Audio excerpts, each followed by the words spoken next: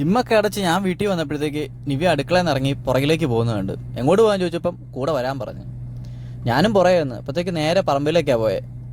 മുരിങ്ങയില ഒടിക്കാനായിട്ട് പോയതാ.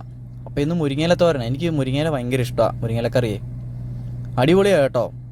ഒത്തിരി വൈറ്റമിൻസ് ഒക്കെ ഉള്ള മുരിങ്ങയിലക്കകത്ത്. അപ്പോൾ മുരിങ്ങയില കിട്ടിയാൽ അന്നേരം കുറച്ച് തോരൻ വെച്ചോണം. ഞാൻ പിന്നെ പറമ്പി തേങ്ങ ഉണ്ടോ നോക്കാൻ പോയി. ഇടയ്ക്ക് തേങ്ങ വീഴും. അപ്പോൾ ഇടയ്ക്ക് തേങ്ങയൊക്കെ പെറുക്കാനായിട്ട് ഇങ്ങനെ ഇറങ്ങിപ്പോവും. തേങ്ങയൊന്നും കിട്ടിയില്ല. ഞാൻ പയ്യെ തിരിച്ചു പോന്നു.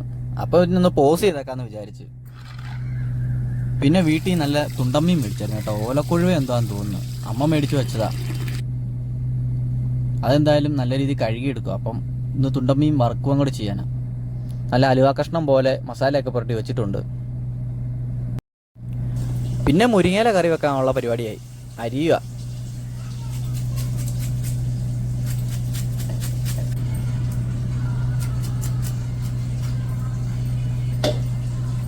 ഒരു ചക്ക കിട്ടിയായിരുന്നു കേട്ടോ.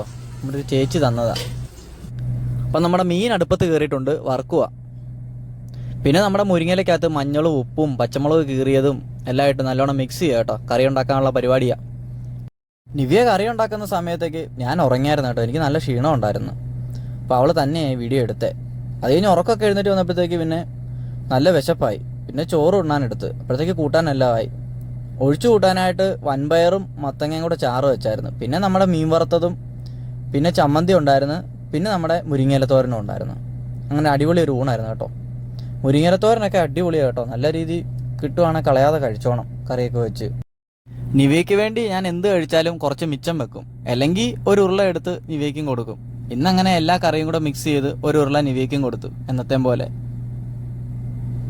അപ്പോൾ ശിവാനിക്ക് പട്ടം പറത്താൻ പോകണമെന്ന് പറഞ്ഞു. ഞങ്ങൾ മാരാരിക്കുളത്ത് പോയപ്പം ഒരു പട്ടം എക്സ്ട്രാ വാങ്ങിയായിരുന്നു. ഒരെണ്ണം ഞങ്ങളുടെ പൊട്ടിപ്പോയായിരുന്നു. ഇതിപ്പോൾ വീട്ടിൽ കൊണ്ട് പറത്താനായിട്ട് വാങ്ങിയതാണ്. അപ്പോൾ അമ്പലത്തിൻ്റെ ഗ്രൗണ്ടിലേക്ക് പോവുക പട്ടം പറത്താനായിട്ട്. വൈകുന്നേരം ഒരു മഴക്കോളൊക്കെ ഉണ്ടായിരുന്നുകൊണ്ട് ചെറിയ കാറ്റുണ്ടായിരുന്നു. അതുകൊണ്ട് പിന്നെ പട്ടം പൊങ്ങി കിട്ടി. പൊങ്ങിക്കഴിഞ്ഞപ്പോൾ ഇത് അങ്ങ് പോയി, നല്ല ഹൈറ്റിൽ പോയി. കൈ 2 തവണ മുറിയേണ്ടതായിരുന്നു. പിന്നെ ഒത്തിരി പാടുപെട്ടാ പട്ടം തിരിച്ചിറക്കി. അങ്ങോട്ട് വിടാൻ നല്ല എളുപ്പമായിരുന്നു. തിരിച്ച് ഞാനും നിവ്യ മാറി മാറി തിരിച്ചു ചുറ്റിയാ പട്ടം ഇറക്കിയത്.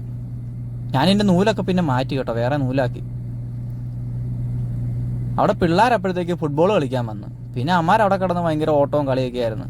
പിന്നെ അമ്മാർക്കൊരു ശല്യം കണ്ടല്ലോ എന്ന് കരുതി ഞങ്ങൾ പട്ടമൊക്കെ താത്ത് പയ്യെ പോകുന്നു. എനിക്കും ആണെങ്കിൽ ജിമ്മിൽ പോകാൻ സമയമായിരുന്നു. അപ്പോൾ ഓക്കെ, ബായ്.